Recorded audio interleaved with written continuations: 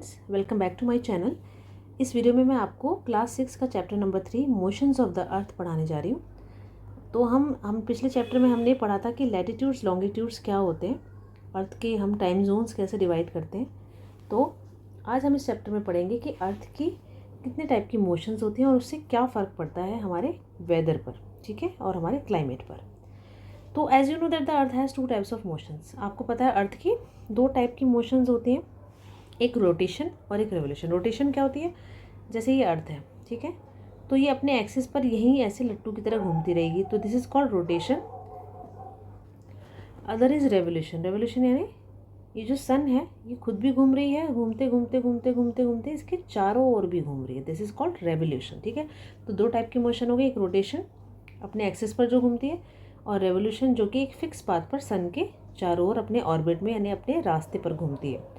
तो जो एक्सिस है अर्थ का, जो पॉइंट मैंने आपको बताए थे जब ग्लोब के बारे में पढ़ाया था, ये जो एक्सिस थे, ये जो एक्सिस है ये एक इमेजिनरी लाइन है, ये रियल में कोई लाइन नहीं है, लेकिन ये एक एंगल बनाती है 66.5 डिग्री का अपने ऑर्बिटल प्लेन पर, यानी जिस ऑर्बिट पे वो घूमती है उसके साथ 66 डिग्री का एंड हाफ का एंगल बनाती है। जो प्लेन है जो इसके ऑर्बिट के साथ हमने जो फ्रेम करते हैं तो उसको हम ऑर्बिटल प्लेन बोलते हैं। ठीक है, ये ऑर्बिटल प्लेन है, यानी एक रास्ता जिसके अराउंड ये, मतलब जिसके ऊपर ये घूमती रहती है। ठीक है, अर्थ क्या करती है अपनी, आपको पता है कि सन से ही रोशनी लेती है। अपनी स्फेरिकल शेप की वजह से इसका आधा पार्ट लाइट में रहता है और आधा नहीं रहता। तो जैसे सन तो एक ही जगह है, सन तो नहीं घूम रहा, अर्थ घूम रही है।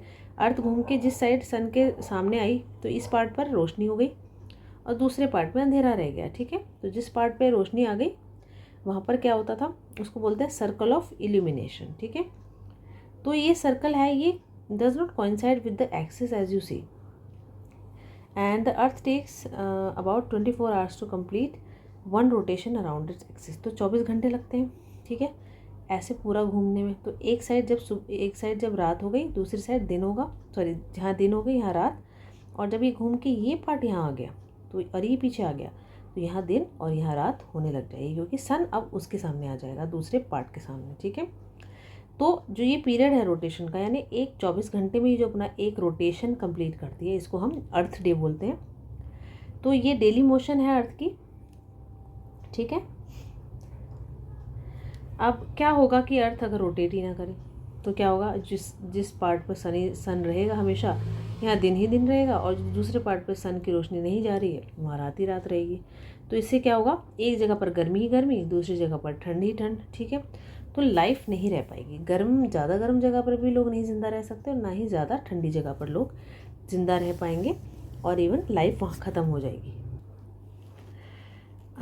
तो एक्सट्रीम कंडीशंस में लाइफ पॉसिबल नहीं है। Second motions of the earth around the sun is, अब दूसरी मोशन जो हमने पढ़ी जो सन के चारों ओर हो रही है वो है रेवोल्यूशन।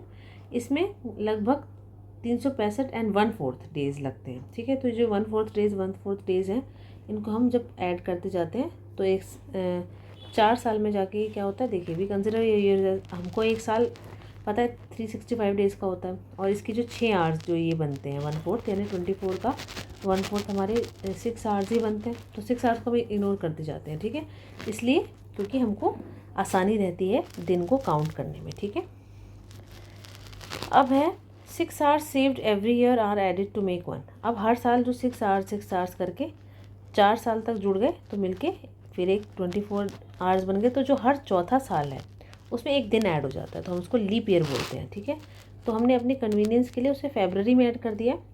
फरवरी में उस साल 29 डेज़ होते हैं, यानी 29 डेज़, वैसे तो 28 डेज़ होते हैं लेकिन हर चौथे साल 29 डेज़ होते हैं। ठीक है, इसको हम लीप ईयर बोलते हैं। ठीक है, अब आप देखिए अगला लीप ईयर कौन सा होगा। ठीक है, इस पिक्चर को हम थोड़ा डिस्क्राइब कर लेते हैं। जैसे ये सन है, अब जैसे अर्थ यहाँ घूम रही है तो जिस साइड पर भी रोशनी आ रही है उसका बता रहे हैं कि जैसे इस साइड पर रोशनी आई फिर ये घूम के इस साइड आई तो इस साइड आ गई, तो एक टाइम पे एक जैसा नहीं रहेगा। ये आपको मैं आगे बताती हूँ कि समर सोल्स्टिस क्या होता है और विंटर सोल्स्टिस क्या होता है। इनकी डेट्स हैं 22 दिसंबर और 21 जून। ठीक है, और ये इक्विनॉक्स ये भी बताऊँगी आपको एक इक्विनॉक्स स्प्रिंग का, ये ऑटम का, स्प्रिंग का 21 मार्च और 23 सितंबर में आपको बताऊँगी आगे। ठीक है।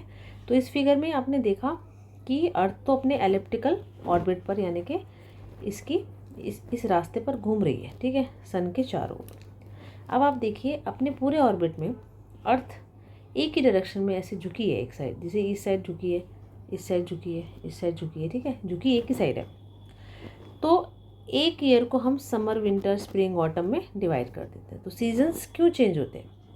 क्योंकि जब ये एक ही साइड झुकने की वजह से सन तो अपनी जगह पर फिक्स है, कोई जैसे इस साइड यहाँ पर आ रही है सन की लाइट, इसमें इस साइड आ रही है और इस पोजीशन में इस साइड आ रही है। तो इस पोजीशन की वजह से जो अर्थ का पार्ट रिसीव करता है सन की लाइट और जो रिसीव नहीं करता, उसके हिसाब से हमने इनका नाम समर, विंटर, स्प्रिंग और ऑटम सीजन्स रखा है, ठीक है।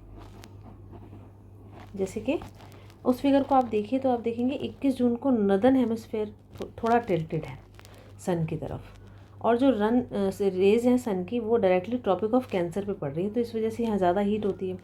तो इसलिए पोल्स ऊपर की साइड है और सबसे नीचे की साइड है, वहाँ पर हीट नहीं मिल रही है क्योंकि वहाँ सन स्लैंटिंग जा रही है उसकी रेज। इसलिए the north pole inclined towards the sun and the places beyond the Arctic circle experience continuous day light and about 6 month, ठीक है।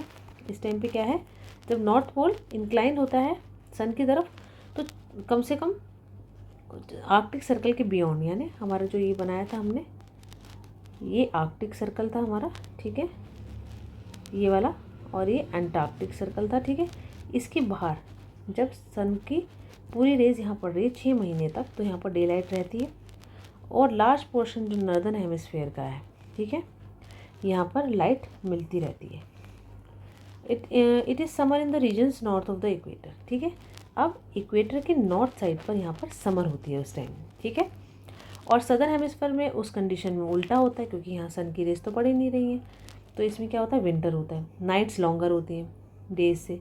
तो ये जो पोजीशन है अर्थ की, इसको हम समर सॉल्स्टाइस बोलते हैं, ठीक है। इस साइड आप देख लेते हैं, तो ये समर सॉल्स्टाइस है, ठीक है। इसमें देखिए सन की रेज कहाँ पड़ रही है, ज़्यादातर इस साइड पड़ रही है, वैसे तो यहाँ भी पड़ रही है लेकिन ज़्यादा स्ट्रेट कहाँ पड़ रही है, नदर्न हेमिस्फीयर में, क्योंकि झुका हुआ नदर्न हेमिस्फीयर इस साइड झुका हुआ है, ठीक है।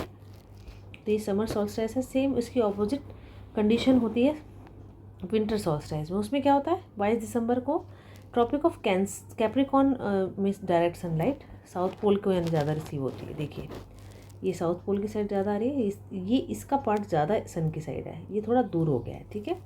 तो अब यहाँ पर विंटर सॉल्स्टाइस होती है। इसमें क्या होता है, जो सन की रेज है वो वर्टिकली ट्रॉपिक ऑफ कैप्रिकॉर्न पर पड़ती है और जो लार्ज पोर्शन है सदर्न हेमिस्फीयर का, वहाँ लाइट आती है, इसलिए यहाँ समर होती है सदर्न हेमिस्फीयर में और ज़्यादा लंबे दिन और छोटी रातें। और इसका उल्टा सेम नदर्न हेमिस्फीयर में होता है, ठीक है। इसको हम विंटर सॉल्स्टाइस कहते हैं। तो इसलिए हम ये जानते हैं कि क्रिसमस ऑस्ट्रेलिया में समर सीज़न में मनाया जाता है। क्यों? क्योंकि हमारे यहाँ तो उस टाइम विंटर हो रही थी लेकिन वहाँ पे समर हो रही होती है, सिर्फ इस विंटर सॉल्स्टाइस की वजह से, ठीक है। 21 मार्च को क्या होता है और 23 सितंबर को डायरेक्ट रेज क्या पड़ती है, इक्वेटर पे पड़ती हैं, न यहाँ इक्वेटर पे, ठीक है। इस पोजीशन में कोई भी पोल टिल्टेड नहीं है, यानी ना ये ज़्यादा रिसीव कर रहा है ना ये ज़्यादा रिसीव कर रहा है सनलाइट। तो इसमें क्या होता है, पूरी अर्थ में इक्वल डे इक्वल नाइट होते हैं, ठीक है, पूरी अर्थ में। तो इसको हम इक्विनॉक्स बोलते हैं। तो 23 सितंबर को ऑटम सीज़न होता है नॉर्दर्न हेमिस्फीयर में और स्प्रिंग सीज़न सदर्न हेमिस्फीयर में। और 21 मार्च को जस्ट इसका उल्टा होता है, यहाँ पर स्प्रिंग होता है नॉर्दर्न हेमिस्फीयर में और ऑटम होता है सदर्न हेमिस्फीयर में, ठीक है। इसलिए अब आपको पता चल गया कि डेज और नाइट कैसे होते हैं और सीजन्स भी कैसे चेंज होते हैं, रोटेशन और रेवोल्यूशन की वजह से। यानी डेज और नाइट होते हैं रोटेशन की वजह से और हमारे सीजन्स चेंज होते हैं रेवोल्यूशन की वजह से। तो ये एक इम्पॉर्टेंट फैक्ट था, ठीक है। तो अर्थ के बारे में हमने जाना, उसकी मूवमेंट्स के बारे में जाना और उससे क्या फ़र्क पड़ता है, उससे क्या क्या उसके चेंजेस आते हैं, तो उससे हमने जाना, ठीक है। आपको ये चैप्टर वैसे बहुत छोटा चैप्टर था, आपको समझ आ गया होगा इजीली, ठीक है। अगले चैप्टर में हम इसके आगे की चीज़ें पढ़ेंगे, आगे के कॉन्सेप्ट पढ़ेंगे। तो आई होप आपको ये पसंद आया होगा। आप मेरे चैनल इस वीडियो को ज़रूर लाइक करें, चैनल को सब्सक्राइब भी करें और मुझे कमेंट बॉक्स में बताएं आपको मेरा ये वीडियो कैसा लगा। Thank you so much.